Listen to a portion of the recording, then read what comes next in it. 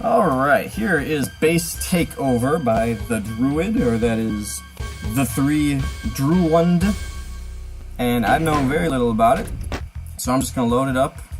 I am on GZ Doom. It said play it on Z Doom. I'm assuming it'll be fine on GZ Doom. Perhaps it's supposed to be the Doom rendering, but we'll take a look here in GZ Doom. So yeah, it's got 29 kills, 4 items, 0 secrets. All I know about this is that it's the first first map of a set of some sort. It also had some custom music apparently, but I loaded it up and it didn't do anything. We get D-running, so.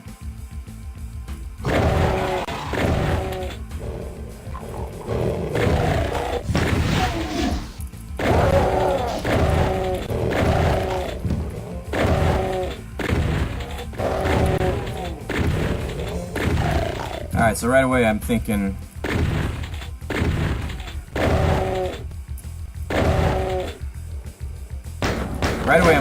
that all the enemies are not deaf or ambush, and so that's why they just come running right away as soon as I shoot. Like these demons from behind this wall, that's not good. They have no way to hit me at all. I do like this little half-open door that I can't actually get through. But yeah, this certainly seems like a very first WAD effort. Here you've got misaligned lights. You know, you gotta either make these 32 wide or multiples of 32, or you gotta split the line def and make it, you know, normal on the left side, but then on the right side you have to mess with it to make it line up properly. Yeah, a Baron of Hell in a situation like this is a pretty dead giveaway of a inexperienced mapper. So I'm gonna do what I do when I see a Baron of the Hell in a situation like this. Not fight him.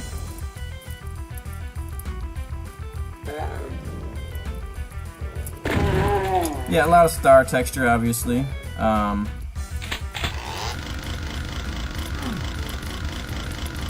Yeah, there are no secrets either, so.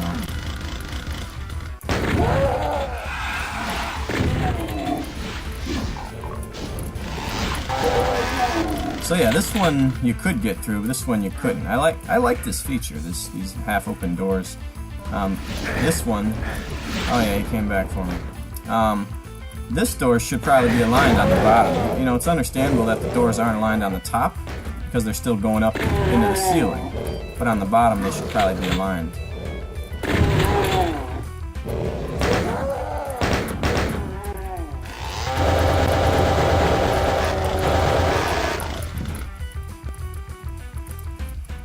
I gotta say, I like the layout for a first-time map. A lot of time, what you see is just rectangle next to rectangle, some squares.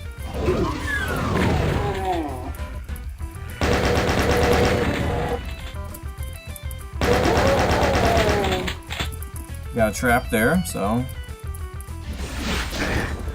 Alright, now I'll attack him.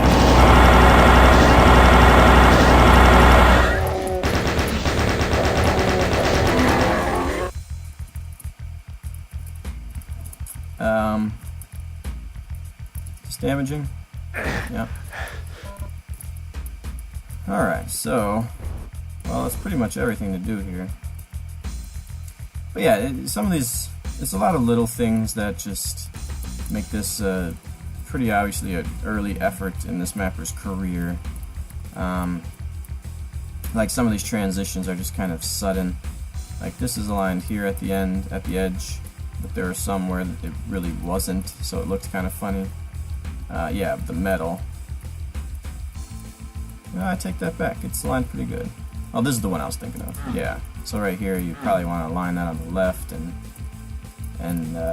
make the transition not look as weird.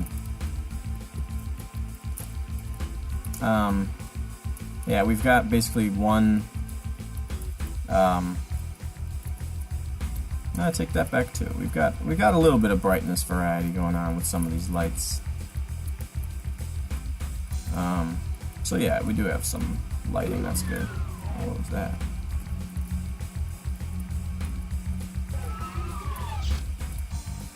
Why did that open and close? That's weird. Apparently that closes at some point. I wonder if that's on a 5-minute timer. Yeah, probably. Interesting. Okay.